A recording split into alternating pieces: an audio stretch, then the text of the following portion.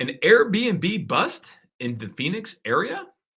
VRBOs too, by the way, short-term rentals, and some development issues, right? What do we have going on with resorts? Resorts are big, guys, in Scottsdale, and we're gonna go over some of the resorts. We're gonna go over a market update, the Super Bowl recap, guys. We just got done with Super Bowl 58, and it was amazing. Let's get rocking and rolling here in terms of the Airbnb hangover, right? What's going on? Is there a bust in the Phoenix area? Well, here we go, guys. This came out from Business Insider just after this past weekend, and says the manager of over 95 Phoenix Airbnbs is stunned that half of his homes are empty over Super Bowl weekend, guys. This is interesting because the numbers are 52%, guys. Only 52% of all short-term rentals in the Phoenix area actually rented this past weekend, guys. So it's incredible how that works and why it wasn't as high of demand. We're going to dive into that and figure out why that is, guys, because you may own a short-term rental. You may be thinking about having a short-term rental. Now, let's be honest here, guys. There are two types of people here, right, that own short-term rentals. Are the people who actually do it for strictly an investment, and they might even live here locally. They're never going to use the property for themselves, let's say. But you also have the people who, and we deal with a lot of them, who actually buy a lot of investment properties, and they choose to buy short-term rentals because of the ability to use it when they're not here in the Scottsdale, Phoenix area.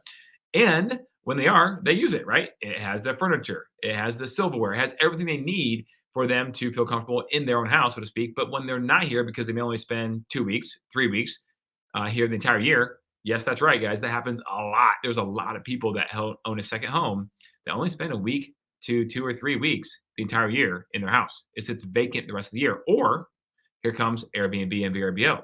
And now there's a solution for them to make some cash, a little return on their money, if you will, right?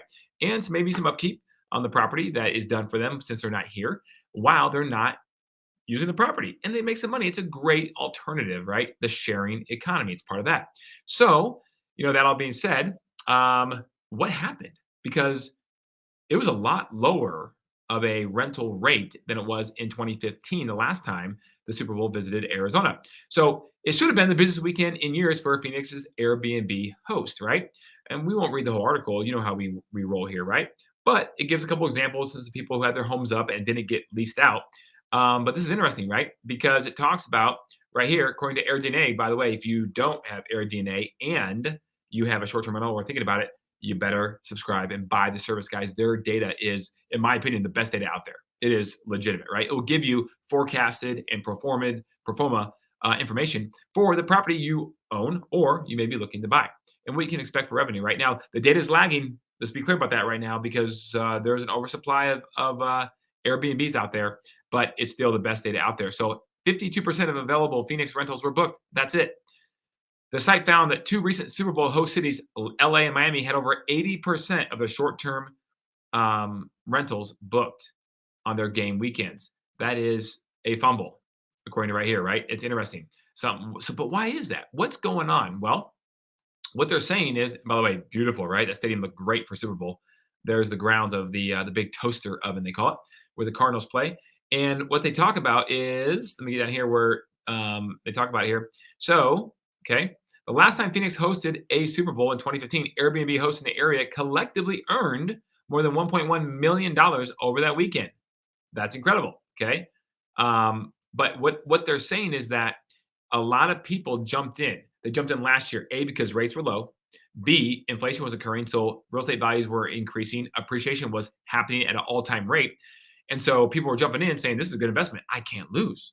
And by the way, in addition to just buying it, I'm going to hold it and I'm going to make it a short-term rental, a furnished rental, Airbnb, and I will kill it, right? Appreciation will continue like it always does, right? Right? No, it's cyclical.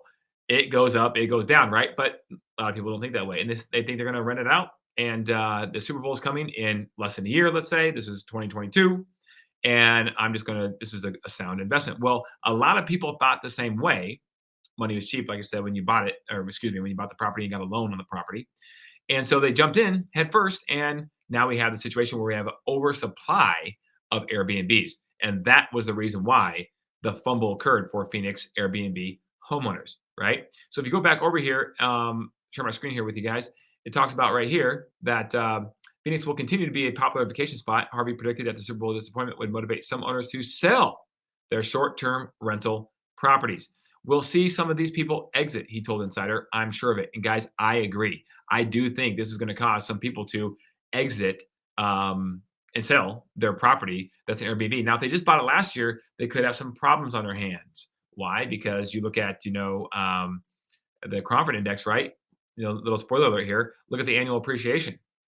Look at that. This is Phoenix right here, right? Look at this nice little bell curve, if you will. You're almost at the same number you were this time in 2021. Okay. 2 years ago. That's Phoenix. Now we can overlay, we'll play with this map here in just a second. Okay. But this is just verifying that if somebody bought a house in 2022, there's a good chance they won't be able to sell it and make some money. So they are on the hook now. What will they do? They don't have equity. They could still sell it and maybe just lose money because they maybe had a 20 or 25 or 30% down payment, but they'll lose money. So, that being said, what will happen there? There could be a good buying opportunity for somebody who wants to jump in to be a long-term Airbnb investor, knowing that in the short term, the numbers may be a little tight. Okay. Now let's jump over here while we're on the Super Bowl. So we're going to jump over here and share my screen again because we have some more things to talk about, right? We can't just talk about Super Bowl recaps and Airbnbs.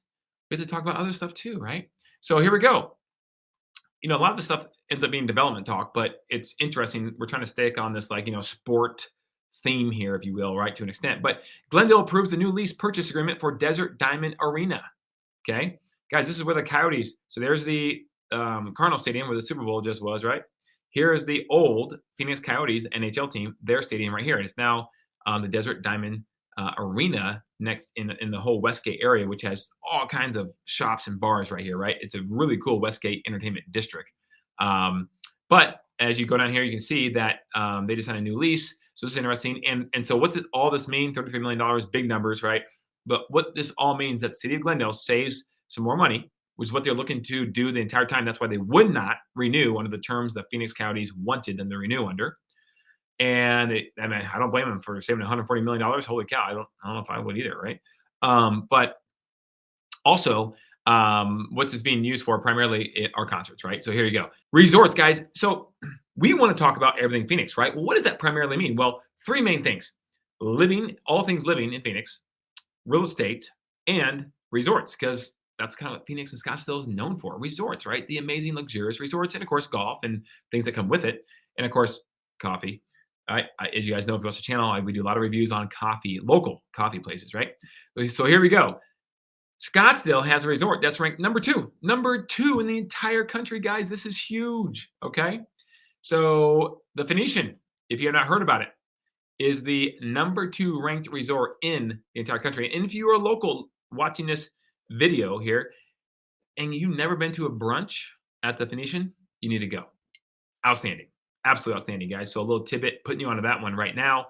They do a phenomenal job. And I think they even have a buffet, option too as well if you like to really eat, right?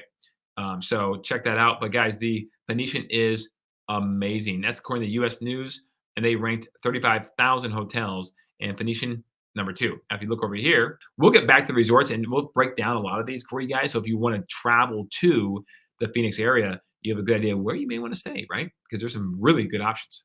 All right, let's keep running over here to some more information, guys. All right, you have a first look at Glendale's new upcoming sports complex and hotel that could open in 2024. All right, so there's a little rendering. But what's kind of cool, guys, is check this out right here. If they build this resort, well, I highlighted for you right there, if you can see that, field hockey. If they build this resort, they're going to have all kinds of fun stuff. I shouldn't say resort, but sports complex on the West Valley in Glendale, okay? They are going to hang their hat on field hockey. That's kind of cool, right? Because I heard a long time ago that it's better to be 10% different than 100% better, right? Well, there's not a lot of field hockey in Phoenix yet. The weather's perfect for it because it's an outdoor sport. So field hockey is an Olympic sport. And they probably even have a professional league. I have no idea. But if you want to do some serious field hockey, where are you going to go? There, right? And so that's a pretty brilliant idea, in my opinion. Of course, they got the pickleball and the basketball and the volleyball and everything else, right? But they're looking at building this sports complex, and look at this. Some of it will be indoor. This is awesome. What's really smart about this, guys, is they're looking to build a hotel with it as well, potentially, because there's another place out in the East Valley. So if you're in Phoenix, right, either the East Valley and the West Valley, on the East Valley, you have this other place called Legacy Sports Park or Bell Bank Park, and it's enormous, guys. All kinds. I mean, they have tournaments there every weekend from people all over the country coming in, whether it be flag football or 7-on-7 football or basketball, volleyball, all these things. And it's just a complete zoo. Now, I thought a long time ago, maybe that would be smart if I could find a vacation rental, Airbnb out there, right? Because there's no lodging nearby. And then guess what? It must have been a good idea. Why? Because the smart money followed. I haven't done it, just so you know. But now there's a proposal for a new hotel to go up outside of Bell Bank Park as well, Legacy Sports Complex on the East Valley. And this developer is saying the same thing. So they're getting it because so many different families with their kids travel on these, traveling baseball teams and all these teams, right? And they come to Phoenix all year round because you can play even when it's 114. Yes, you can play. It might be at night, it might be more in the morning, but you can play. And so it's year round, and it's so much traffic and so much stuff. But by the way, those hotels will take a while to get built. So if you want to buy a vacation rental, still probably a good idea. I'm still thinking about it. I'm not going to lie. But if you're thinking about it too, let me know, and I can help you with that. Or maybe maybe we can even partner on a deal or something. I don't know. So keep that in mind. All right. Now let's go back over here. Let's check out this other article. This talks about office towers, apartments could be added to two major Phoenix area shopping malls. So now these are shopping malls everybody knows and love if you're in the Phoenix area. This is the Scottsdale Fashion Square, okay, and the Biltmore Fashion Park, two of Phoenix's iconic malls. And they're looking to have multifamily units and additional big office space go up next to them. All that traffic, urban living, because Phoenix has been known for being so spread out, guys, is starting to come to Phoenix. You heard it here first at Everything Phoenix. Guys, we have ended, so thank you very much. I really appreciate it. If you could, click on another video, right? Go to our YouTube page, Everything Phoenix, subscribe, like if you don't mind, and watch another video. And just, if you want, just get some popcorn and some soda and just binge watch us for the rest of the evening, right? Just take the rest of the day off. Why not? And watch Everything Phoenix and just be educated and hopefully somewhat entertained. All right, guys, thank you so much. Appreciate you guys. Love you. And until next time, next Thursday, be good. And thanks for joining us on our YouTube Live. Take care.